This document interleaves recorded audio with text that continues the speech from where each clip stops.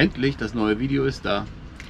Und wie ihr auf der Karte gesehen habt, machen wir nicht nur einen krassen zeitlichen Sprung, sondern wir haben auch einige tausend Meilen zurückgelegt und befinden uns jetzt im Norden Brasiliens.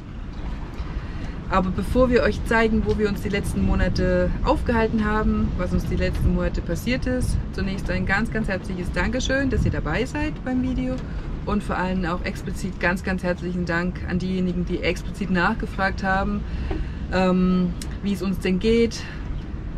Einige haben sich schon Sorgen gemacht, da wir wirklich ziemlich nachlässig waren momentan auf YouTube. Auf Instagram und Facebook posten wir regelmäßig auch sehr aktuelle Bilder und unsere Position.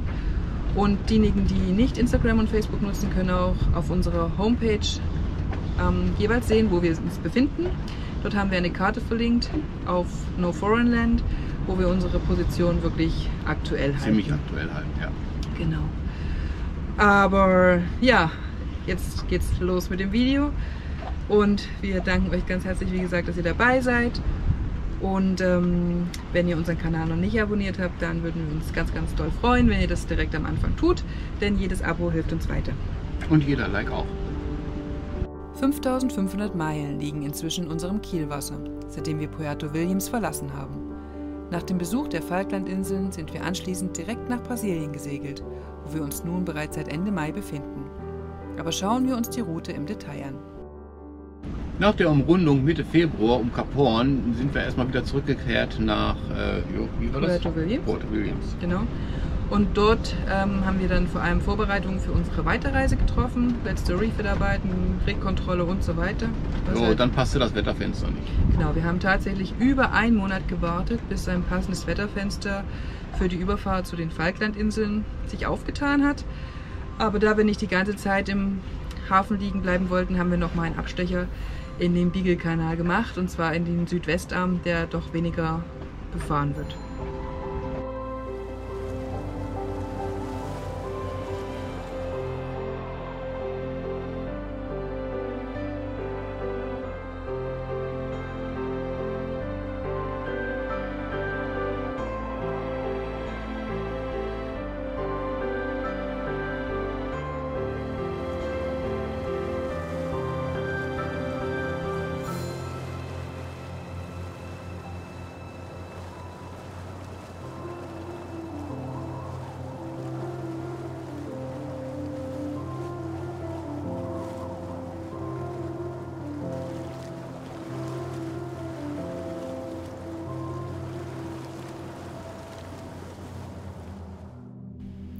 Mitte März verließen wir schlussendlich Chile und segelten weiter zu den Falklandinseln.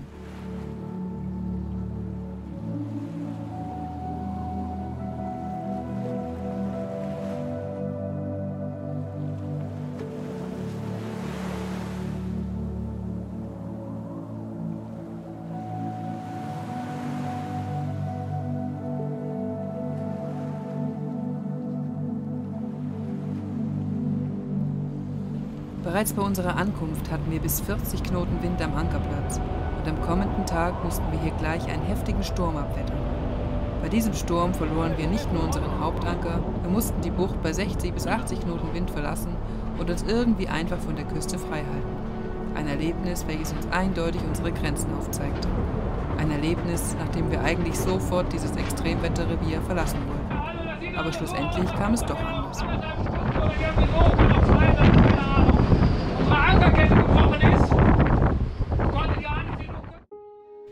Bis Anfang Mai, also insgesamt 6 Wochen, verbrachten wir auf den Falklandinseln. Einige davon in Port Stanley, aber ein Großteil auch auf 2 der westlichen Inseln, auf Carcass und West Point Island. Die Tierwelt dieser Inseln ist einfach nur fantastisch.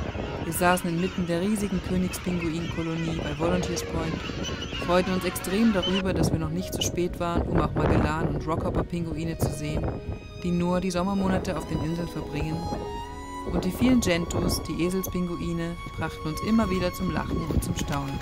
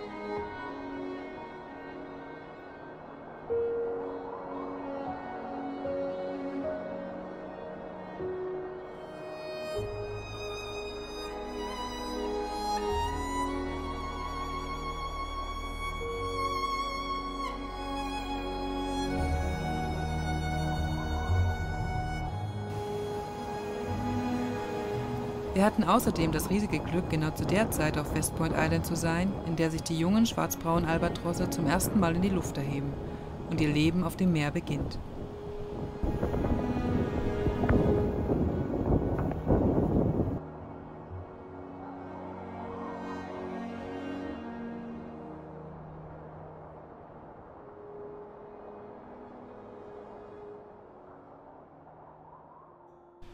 Am 6. Mai gingen wir in West Point Island Anker auf. 20 Tage dauerte unsere Überfahrt nach Brasilien, wo wir in Florianópolis einklarierten. Wir segelten anschließend bald weiter in die Region um die Ilha Grande, wo wir einige Zeit zusammen mit der Segelyacht Samurai verbrachten.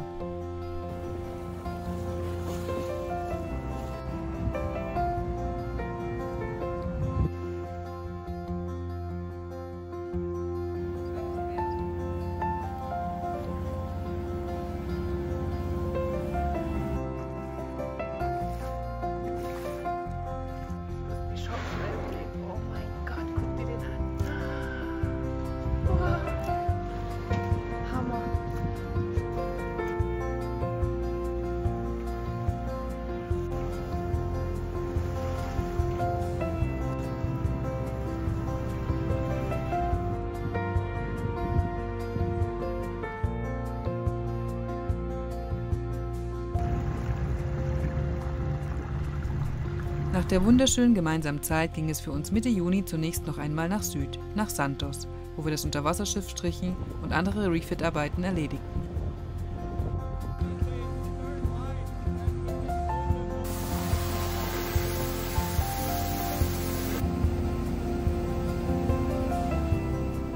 Nach 2 Wochen in der Werft segelten wir zurück zu Ilha Grande und anschließend weiter nach Rio de Janeiro.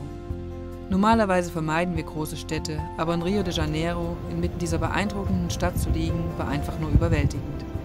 Auf der einen Seite Cristo Redentor, auf der anderen der Zuckerhut. Und nur wenige Kilometer entfernt die berühmten Strände, die Copacabana und Ipanema.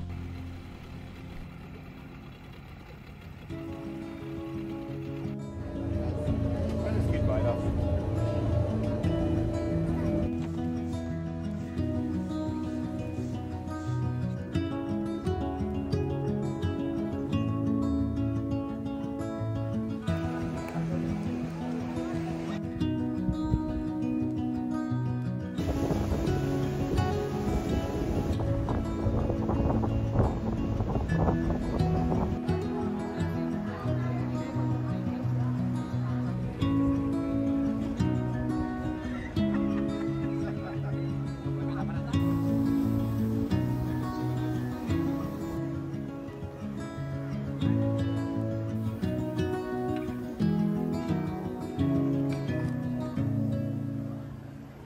Und dann war es bereits Ende Juli, als wir von Rio de Janeiro zu den Abrolhos segelten.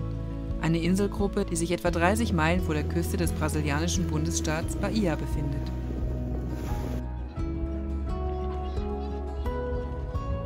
Auf den Inseln brüten verschiedenste Vogelarten. Auch die Unterwasserwelt ist fantastisch. Aber das absolute Highlight waren die vielen Buckelwale, die uns bereits während der Überfahrt hierher und auch später weiter nördlich begegneten. Zwischen Juli und Oktober ziehen die Wale von der Antarktis in die flachen, warmen Küstengewässer Brasiliens, um sich fortzupflanzen und um ihre Jungen zur Welt zu bringen.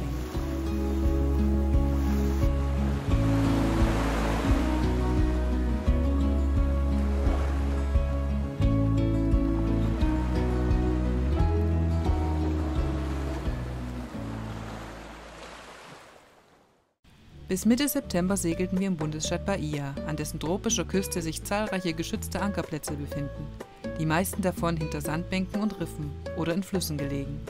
Wir haben einige davon besucht, haben unter anderem direkt vor einem Wasserfall geankert und natürlich haben wir die wunderschöne Altstadt Salvadors durchstreift. Wow, das ist so cool!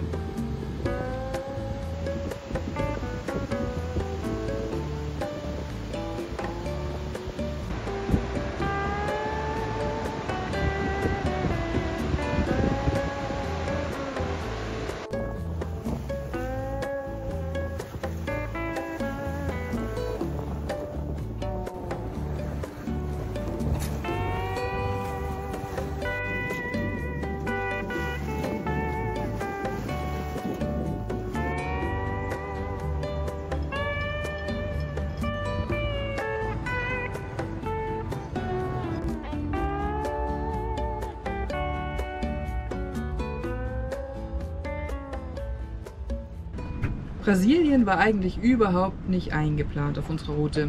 Wir wollten damals direkt von Chile zu den Falklandinseln und dann weiter zu den Azoren zurück nach Europa segeln und bereits Ende dieses Jahr im Prinzip wieder in Deutschland ankommen. Aber ja, viele andere Segler haben gesagt, hey, wenn ihr schon dann an der Küste von Brasilien langfahrt, besucht Brasilien. Brasilien ist so interessant. Und bis dato hatten wir es ja immer noch nicht geschafft, unser Schiff rauszunehmen. Wir mussten unbedingt, das Unterwasserschiff musste neu gemacht werden. Und dann haben wir dann entschlossen, doch im Süden von Brasilien einen Stopp zu machen, wo es dann eine günstige Marine hat, wo wir drin am Schiff arbeiten können, auf dem Boot weiterleben können und sind dann kurzerhand doch nach Brasilien gefahren. Genau. Und mittlerweile ist es so, wie ihr ja bereits gesehen habt, wir sind jetzt 5-6 Monate bereits in Brasilien und wir haben sogar schon eine Liste, warum wir nach Brasilien zurückkommen wollen. Also Brasilien ist unfassbar schön. Trotz des Kulturschocks, den wir erlitten haben, wie wir ankamen, die Hochhäuser, die Jetskis, Motorbootfahrer, und wir kamen ja nun dann wirklich aus der doch Einsamkeit, kann man sagen. Wir waren relativ alleine, aber in kleinen Gruppen eben halt, und diese Hochhäuser und ja, das war am Anfang wirklich ein Schock. Aber wie schon gesagt, es hat sich total gewandelt, dieses Bild, in der Zeit, in der wir hier in Brasilien gesegelt sind. Was gefällt uns eigentlich hier so gut? Was hält uns und warum wollen wir unbedingt irgendwann mal wiederkommen? Ja, einfach die Menschen sind einfach herzlich, du bist überall willkommen, die sind hilfsbereit, selbst wenn sie nicht helfen können, sie wollen dir helfen. Es ist unglaublich und wir haben so tolle Segler kennengelernt, die die gleiche Route dann weitergesegelt sind wie wir, die uns in ihre Gemeinschaft aufgenommen haben, die uns so viel vom Land auch erzählt haben, die uns mitgerissen haben sozusagen, also unglaublich.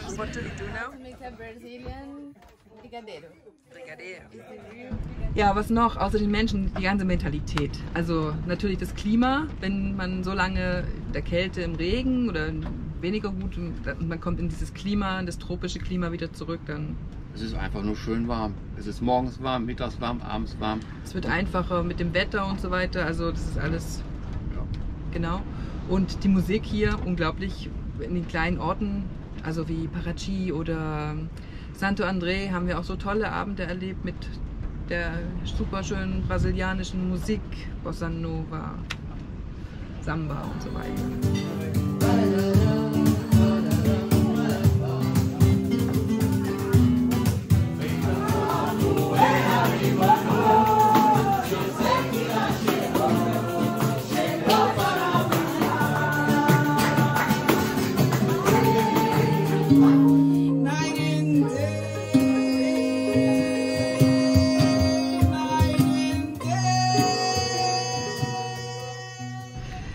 Ja, und Ja, uns gefällt es eigentlich. Doch, genau. Man könnte länger bleiben. Und wie ihr auch schon gesehen habt, natürlich die Natur. Also das wechselt ja total. Also Brasilien ist riesig und im Süden hat man ganz andere Landschaften als wir jetzt hier oben im Norden.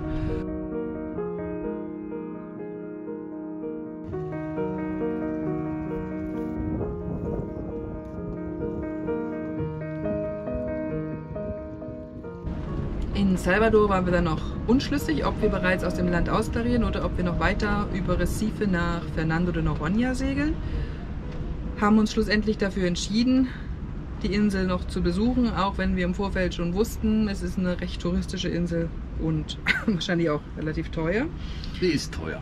Die ist teuer, aber es hat sich definitiv gelohnt. Eine Insel mitten im Atlantik, super klares Wasser, tollste Tauchgründe, richtig schöne Strände und da von Recife nach Fernando de Noronha die Regatta stattgefunden hat, die Refeno, wo viele der Segler mitgesegelt sind, die wir kennengelernt haben im Vorfeld, haben wir das auch als Anlass genommen, dort zu sein, wenn sie ankommen, dort zu sein, wenn sie ihre große Abschiedsparty feiern und dort zu sein, um uns von ihnen zu verabschieden. Unsere Route führte uns nun also weiter nach Recife und anschließend weiter nach Fernando de Noronha. Die Insel ist ein kleines Paradies, mitten im klarsten Atlantikwasser. Wir genossen vor allem das Tauchen, aber auch die Ausflüge an Land zu den wunderschönen Stränden. Und wie geplant feierten wir auf der Refeno-Party Abschied von unseren Freunden.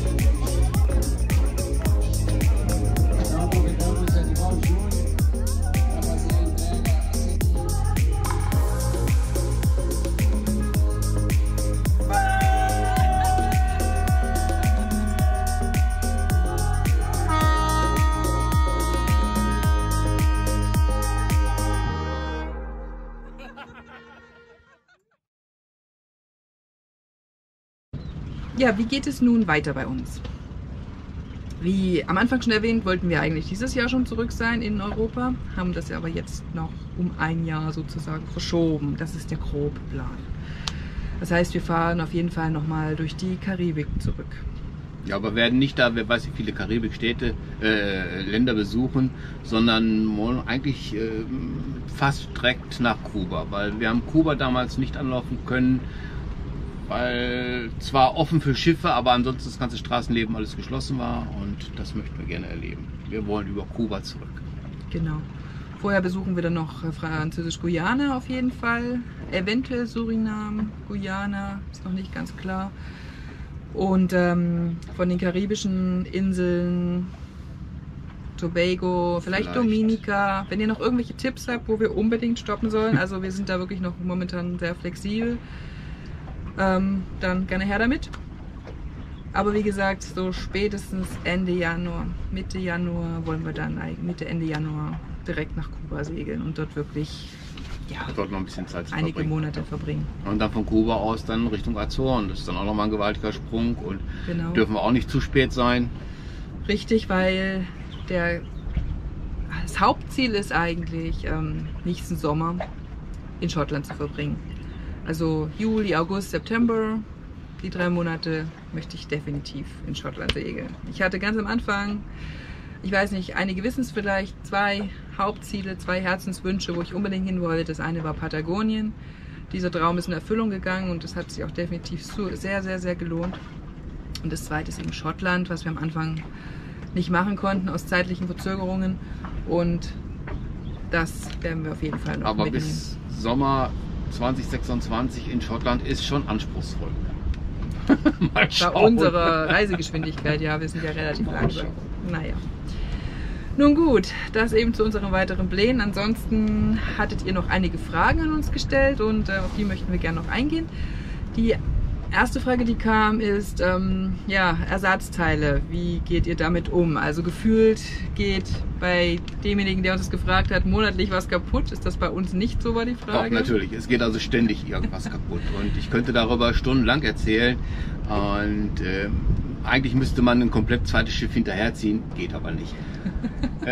Grundsätzlich Mittel- und Südamerika, Ersatzteilbeschaffung ist äußerst schwierig, weil alles mit hohen Zöllen belegt ist, egal welches Land. Und selbst eine Ankerkette in Chile einzukaufen, war extrem schwierig und sie läuft nicht einwandfrei über die Winch, weil es dort keine gescheiten Ketten hat. Man müsste sie dann wirklich ordern, entweder in Europa oder in den USA. Dann hat man lange Lieferzeiten, Einfuhrzölle. Also Mittel- und Südamerika Ersatzteilbeschaffung ist äußerst schwierig. Es ist Französisch-Polynesien auf den kleinen Inseln stellenweise einfacher. Und ansonsten... Aber wie haben wir das geregelt? Also wir hatten einige Sachen natürlich, die sicherheitsrelevant waren, wo wir gebraucht haben. Das erste war der Anker, den wir in den Falklandinseln verloren haben. Das haben wir kurz erwähnt. Ja. Und wir hatten ja zum Glück einen zweiten sehr guten Anker an Bord. Den haben wir jetzt als Hauptanker. Ja gut, und dann einen Anker kann man natürlich überall kaufen. Aber genau, aber natürlich nicht unser Wunschanker. Nicht so diese Anker, die wir gerne hätten. Genau, wir haben jetzt einfach einen zweiten Anker an Bord als Ersatzanker wieder und den Wunschhauptanker, den haben wir jetzt natürlich verschoben, also bis wir in Europa sind. Vielleicht was ganz wichtig ist, dass man bereit ist zu improvisieren, dass man ein bisschen Geschick hat zu improvisieren und helfen wollen sein alle, egal wo man hier ist. Und man bekommt auch Hilfe. Also zum Beispiel, was auch noch wirklich sicherheitsrelevant ist, ist unsere Seewasserpumpe, die momentan undicht geworden ist zur Kühlung des Motors. Und somit haben wir ständig Wasser gezogen, wenn wir unter Motor gefahren sind.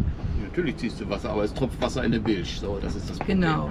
Und Ersatzteile dafür zu bekommen war möglich und war auch relativ schnell möglich, da wir Hilfe hatten von unseren brasilianischen Seglern, wo uns da zack, zack alles organisiert haben. Genau, also sowas ist natürlich wichtig, dass man auch fragt und sich auch Hilfe sucht bei anderen brasilianischen Seglern. Und was auch sehr hilfreich ist, immer wieder, wenn Freunde aus der Segler-Community, wie jetzt der Lars von der Samurai in Europa sind und man die Chance bekommt, sich dann Sachen mitbringen zu lassen. Ja. Auch so nutzen wir halt das dann auch, genau. Ja, der zweite Punkt war eben, ob wir nicht ab und zu Heimweh hätten, um nach Hause zu fahren, zu fliegen. Ja, Familie, natürlich vermissen wir die Familie auch mal persönlich in den Arm zu nehmen und persönlich Gespräche mit ihnen zu führen. Ja, es ist in der heutigen Zeit, finde ich, aber gar kein Problem mehr.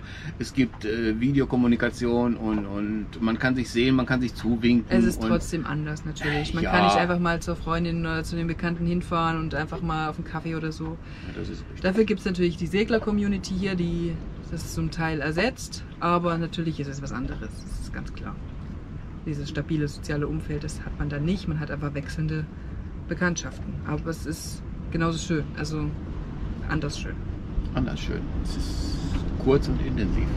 Genau. Zudem kam die Frage, ob es nach Hause geht, denn wir befinden uns ja bereits im Atlantik. Die Frage haben wir schon beantwortet, ja. Es geht zurück nach Europa. Genau. Ja. Obwohl ich dazu sagen muss, auch hier im Atlantik, es gibt so unendlich viele schöne Ziele, wo ich super gern sofort hinsegeln wollte. Sei es Grönland, Färöer, Island, die ganzen nordeuropäischen Länder wie Norwegen. Ah ja, also. Oder Aber, ja, genau. was soll's. Auf jeden Fall, wenn ihr wissen wollt, wie es weitergeht, bleibt dran. Es werden weiter Videos gemacht.